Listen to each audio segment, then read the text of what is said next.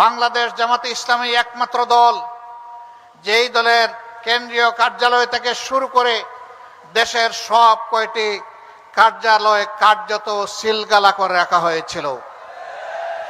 একমাত্র দল যেই দলটির নিবন্ধন কেড়ে নেওয়া হয়েছে।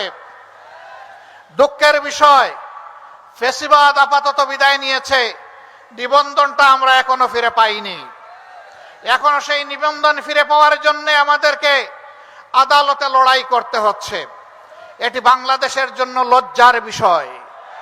যাদেরকে দেশপ্রেমের কারণে, যাদেরকে অন্যায়ের কাছে, ফ্যাসিবাদের কাছে মাথা নত না করার কারণে যাদের নিবন্ধন কেড়ে নেওয়া হলো, তাদের নিবন্ধনটা পরিবর্তনের সাথে সাথেই তাদের হাতে ফেরত দেওয়া উচিত ছিল।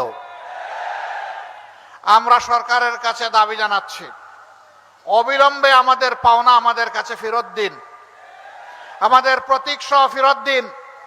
আমাদের উপর জুলুম করা হয়েছে, এই জুলুমের অবসান হোক। সম্মানিত ভাইরা, মিথ্যা মামলায় যত নেতৃবৃন্দকে আটক করা হয়েছিল একে একে সকলেই মুক্তি পেয়েছেন, কিন্তু আমাদের কলিজার টুকরা বাংলাদেশ জামাতে ইসলামের তৎকালীন ভারপ্রাপ্ত সেক্রেটারি জেনারেল জনাব এটিএম আজহারুল ইসলাম এখনো মুক্তি পাননি। কেন তিনি মুক্তি পাননি?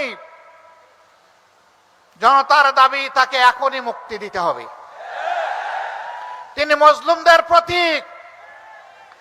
এক এক করে আমাদের সমস্ত শ্রেষ্ঠ নেতৃবৃন্দকে তারা খুন করেছে।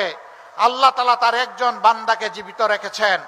সম্মানের সাথে অবিলম্বে আমাদের বুকে তাকে ফিরিয়ে দিন। যদি গড়িমসি করা হয়, বাংলাদেশ জামাতে ইসলামী জনসম্পৃক্ত ন্যায্য দাবি সহ জনাব আজহারুল ইসলামের মুক্তির দাবিতে মাঠে নামতে বাধ্য হবে।